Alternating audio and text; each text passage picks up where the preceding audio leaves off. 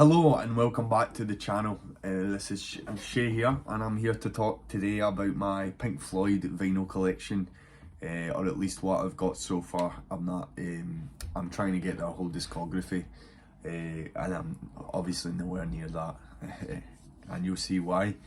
But Pink Floyd for me have been a band that I've always known existed throughout my life.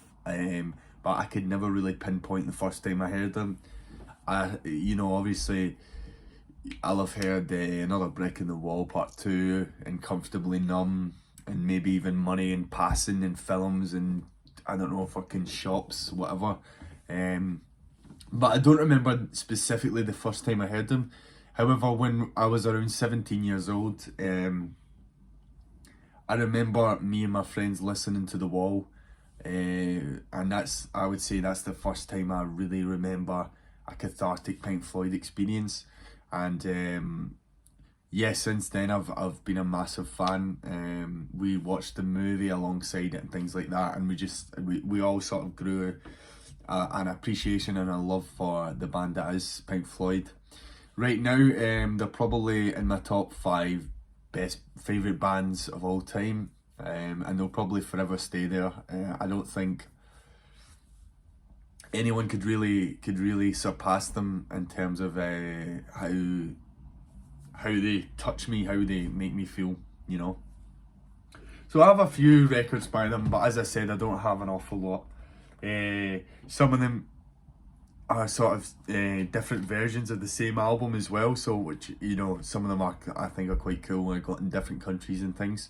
So yeah, we'll just start, and it's going to be in order as well. So we will start off with the very first Pink Floyd album, and Piper at the Gates of Dawn. This is Syd Barrett era Pink Floyd, obviously. So we have him on the vocals and the lead guitar. And if you listen to it, you can tell that Syd's the main guy. And this is obviously without Dave Gilmour, so this is pre-Dave Gilmour, and some people would even consider this to be even pre-Pink Floyd, in that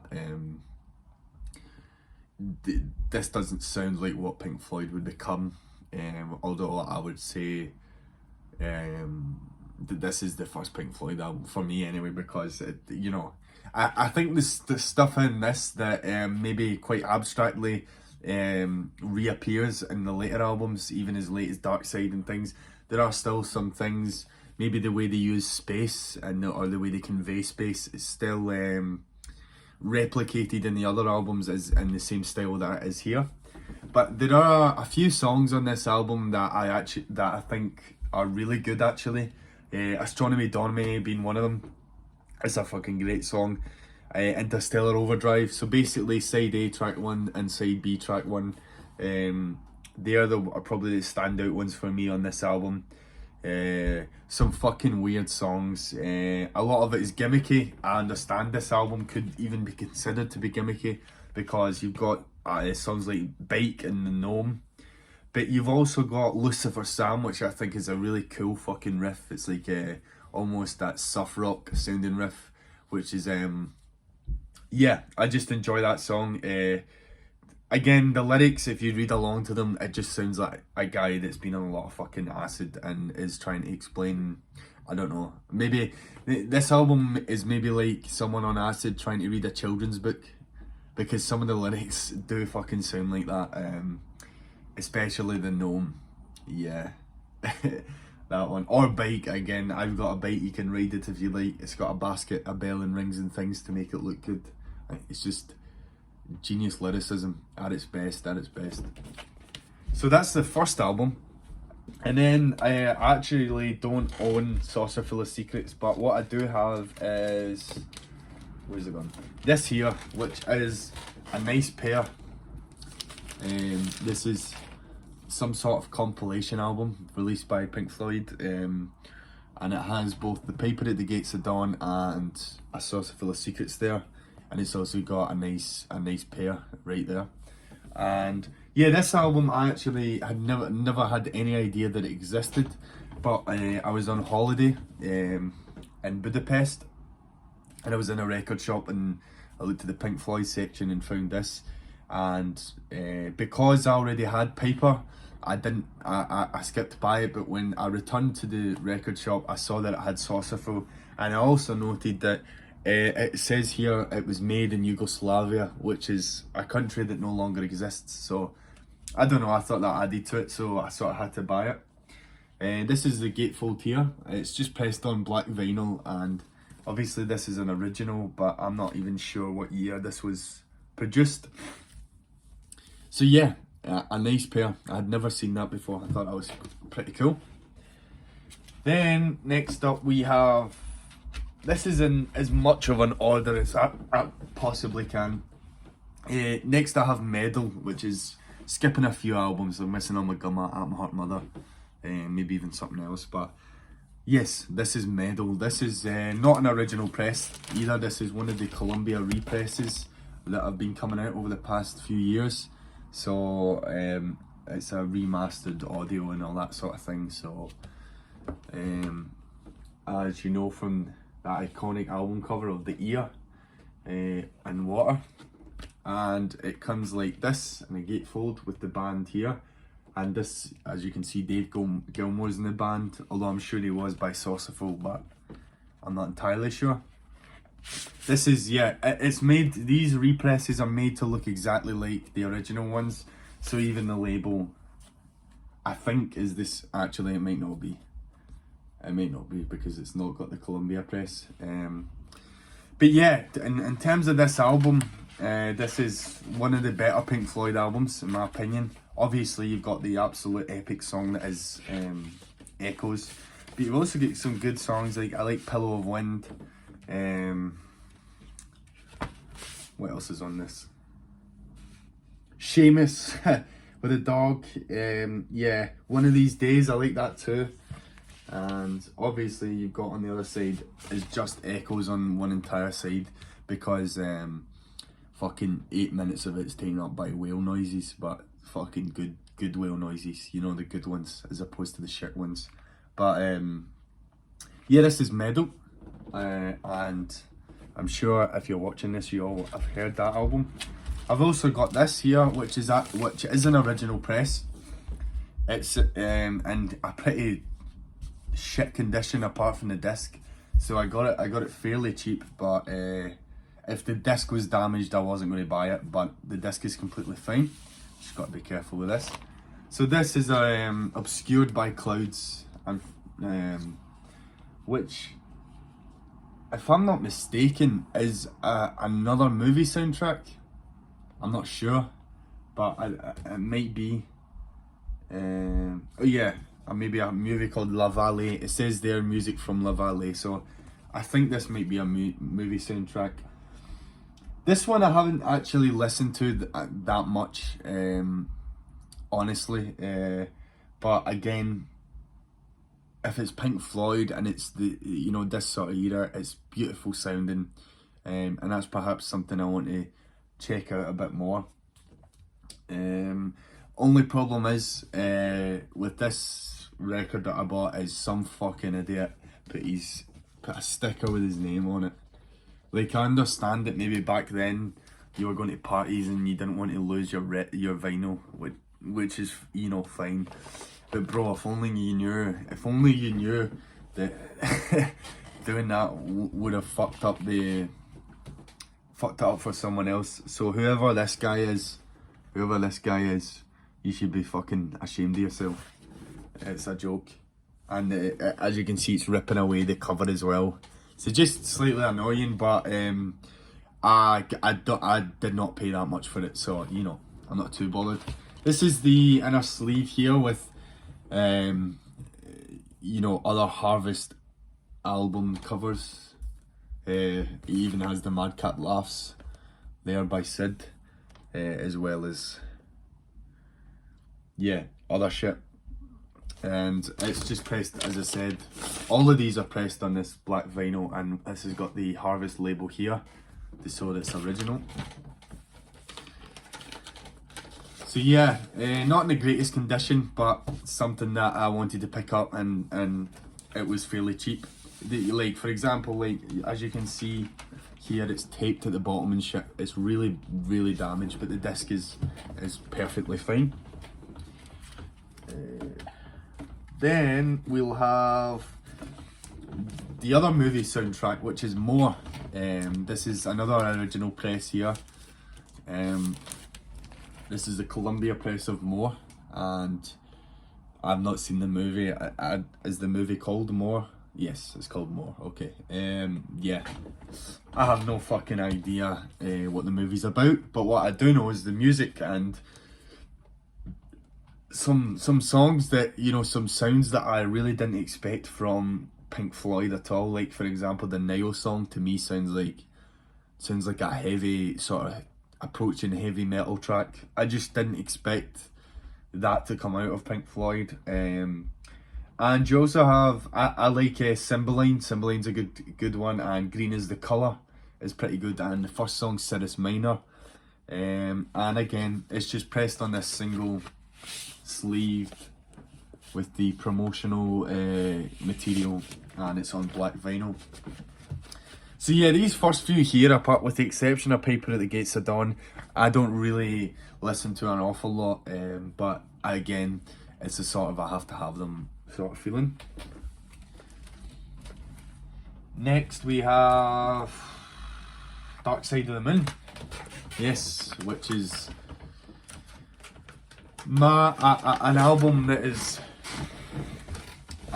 is amazing, absolutely, without doubt, but not an album that I adore like other people adore. This, I don't know whether it's just the arsehole in me, but I think maybe because people hype it up so much that I'm just not incredibly enamoured by it. There are songs like, for example, Time. The lyrics to that are incredible. Like, it's, yeah, and the way the song makes you feel as well. I mean, I'm only fucking 22, and when I listen to that shit, I'm like, holy fuck, I'm gonna die soon. You know? So it does the job. And then songs like Brain Damage, great. Breathe in the Air, great. But just as a whole, as an album as a whole, I actually don't think it's as impressive as some of their other projects. But I do understand that this is, you know, they're focused magnum opus. But for me, the magnum opus comes in a little more hushed album than this. But this is what really set them off. This was, for many people, the start of Pink Floyd, and that is completely understandable.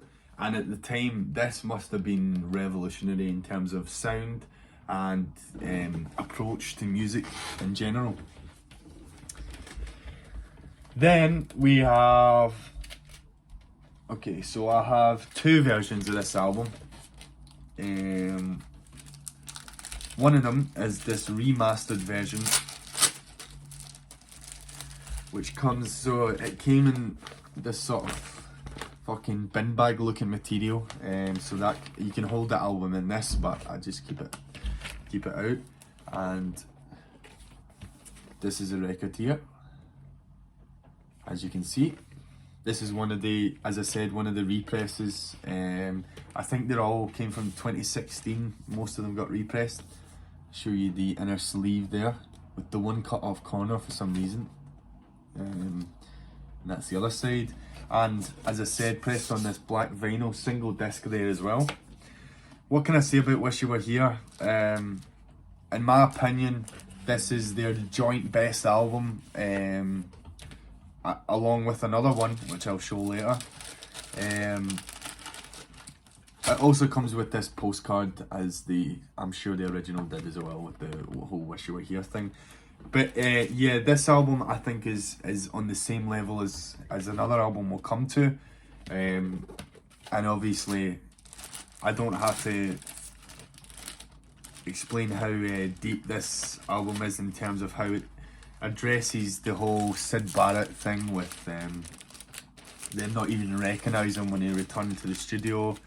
You know, it's just a very somber album, but some amazing sounds that came from it. It also has some things that address the music industry and, you know, the social elite in general, and Have a Cigar, Welcome to the Machine, Welcome to the Machine. basically, you know, being a parody of how these business types treat musicians or any creativity. They try and monetize it with very little consideration for the actual art itself or the people themselves. So this album is actually quite a punk by nature album in terms of a couple of the songs, and then obviously you get the absolutely classic and relentlessly beautiful song Wish You Were Here, which you could listen to over and over again, and I probably wouldn't get tired of it, because every time I hear it and it breaks into how I wish you were here, I get the shivers there, and I can't help it, you know. It's every single time. It's such a beautiful song. And then I also have the Japanese version of this album, and this is from the same record shop in Budapest that I got the Nice Pair. So I saw this too, and I had to pick it up. So I'll just show you. It's not that much different apart from the cover. So as you can see here, it has whatever that says, and then you get the sticker there. This is not a sticker, this is part of the cover, and you get that in the back as well, which is the same as the other one. And again, it's just pressed on black vinyl like so. So yeah, this was really cool. I don't own the Japanese version of any album, so when I saw this I was like, yeah, I have to get this, because it's again one of my favorite albums of all time, and it just, yeah, I think that looks cool as fuck. So yeah, Wish You Were Here. Obviously other standout tracks other than Wish You Were Here, Have a Cigar is a great song. There's obviously not a lot of tracks on this, but my favourite, Shine On You Crazy Diamond, is probably the first parts 1 to 6 as opposed to the other parts. But this album is near perfect for me. I can just stick it on, and even if I'm not paying attention to it, when I pay back attention to it, it brings me in as if I'd been listening to it the whole time, you know. So a near perfect album. Then we move on, and I don't know if this is in order anymore. I can't be arsed checking because I'm recording this and I don't want to re-record this. This is 1977 release, and Animals. This was the point where Roger Waters was probably the only member of the band at that point. The rest of them were merely session musicians in terms of the decision making. Despite this is my favourite Pink Floyd album. And I don't think it's that close. I think Wish You Were Here comes closest to being this level, but I think this has the edge over it. And the reason that I love this so much is when I first heard it, I had already had some context as to the loose subjectivity of the album, and that I've read Orwell, I've read quite a few books by him, also some Nietzschean stuff as well sneaks through there. And so by then I'd been sort of primed for a dystopian concept album. And at the time when I first heard this and I was reading Orwell and things like that, I thought this was incredible, and I still do, but maybe for a slightly less edgy reason now. At the time I would have said this is literally real life and this is what happens. But now it's just something. Now it's just an album I enjoy and I don't take too seriously. But what an album! What the sounds on this album, the guitar, the fact that the song "Dogs" just sounds like a guy going to murder someone. Like the whole thing is a film, and it's a film that suffocates you while also being opened up. So with a song like Dogs or even Pigs, 3 different ones, you've got these moments where the background noises are suffocating you, but it's still a large sound that's coming from it. It almost sounds like there's like a titan coming after you. So it's massive, but also, you know, completely compressed. But this, yeah, as I said, this is by far my favourite. I could talk about this for a while, but you know, these are early YouTube videos, and I'm struggling to to keep any flow going. So I might need to turn that into a discussion based thing in order to truly bring out my feelings about this. But yeah, this is one of the represses. I unfortunately don't have an original, but that's obviously a must because this album is probably in my top 10 albums of all time. So far anyway. I'm young yet, I've not heard all the music. But yeah, Animals, the best one. I think if you were to take this and put it against Dark Side of the Moon, personally I feel as though Dark Side of the Moon turns into a pop album as a result of this. So this to me seems like maybe, how would I explain it? I think this album is what the, I don't know what I'm trying to say here, honestly. Fucking listen to it. And I mean, obviously you'll have heard it if you're watching this, but that, yeah, in my opinion, this is the best one, and it's fucking way better than Dark Side of the Moon. Yeah. And then next we have another incredible album, but not as good as Wish You Were Here or Dark Side, or Animals, and we have The Wall, which is where it all began for me. The first Pink Floyd album I had ever heard was The Wall. I had removed the sticker. They used to have a sticker here, but it was peeling away. And this is, again, one of the represses that came out a few years ago. It's just pressed on like double black vinyl. It's double gatefold, etc. This album is incredible. It's like, to me, this album is a musical. I think that's the way that they try to present it, especially with songs like The Trial and even In the Flesh, and then In the Flesh ? They're all like, to me, they allude to some sort of theatrical performance. This album is almost flawless for me. Some of the songs are incredible. Like, I think the first song, In the Flesh, is the perfect album opener. I don't think there's many albums I've heard that have an opening that is so appropriate to the music that follows. It's almost perfect. Other songs on that, you know, you've got songs like Young Lust, which I think is a great song. Mother, which, you know, this album is obviously very dark, and it's getting more and more like Roger Waters talking about his father's death and the way his mother treated him as a result of her fears and her anxieties and things.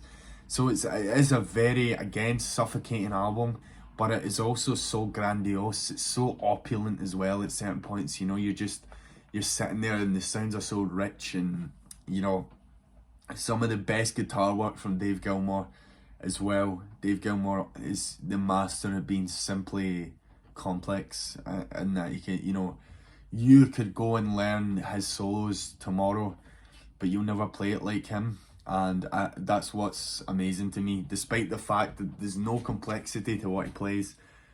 That sounds like an insult, it's not. But despite the fact, you know, it's not like he's playing Tool riffs, you know, it's beautifully simple. And for that, I think Gilmour will always be one of the greatest for me, because his complex simplicity is unmatched in my opinion. And then this is the final one, I believe. I got this. This is just a compilation album. This is Pink Floyd's A Collection of Great Dance Songs, which is, as I said, compilation of their songs up to like, what have they got here? So they get songs from Medal, Dark Side, Animals, Wish You Were Here. So, you know, that couple of albums run there. It's just pressed on black vinyl again. I think this is a repress from like the 90s or something, but I'm not entirely sure. Or this might have came out in the 90s.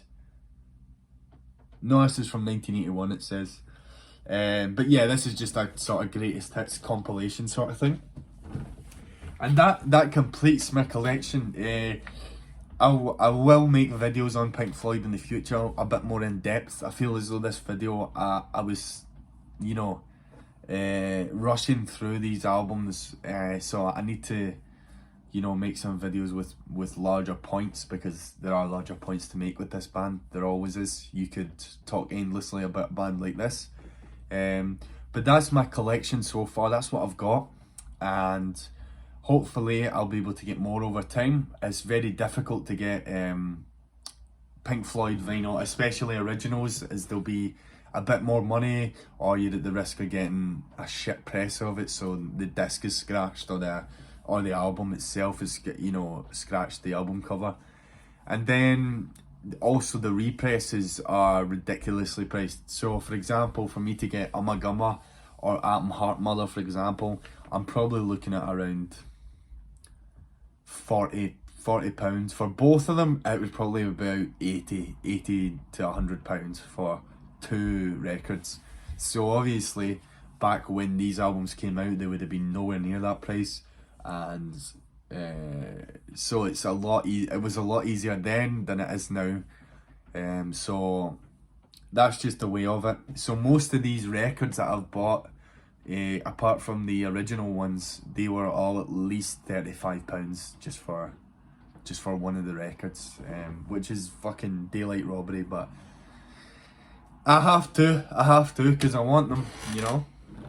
And maybe I'll make a video on the prices of vinyl, because they are ridiculous. And most of the people I talk to who, you know, when I mention that I collect vinyl, there's people who are a bit older who say, oh, you know, I remember I used to collect this and this, and you know, it's always, oh, I don't know what I've done with my vinyl, you know, it may be up in the loft and all that, which is bad to me, because I just want you to bring it out your loft and sell them to me or something, at least, you know, because there's got to be some absolute gems sitting in somebody's loft and fucking, I don't know, you know, somewhere in Glasgow with a collection that would finish mine, and I'll pay for it, you know. But yeah, so, you know, overall, Pink Floyd are fucking amazing.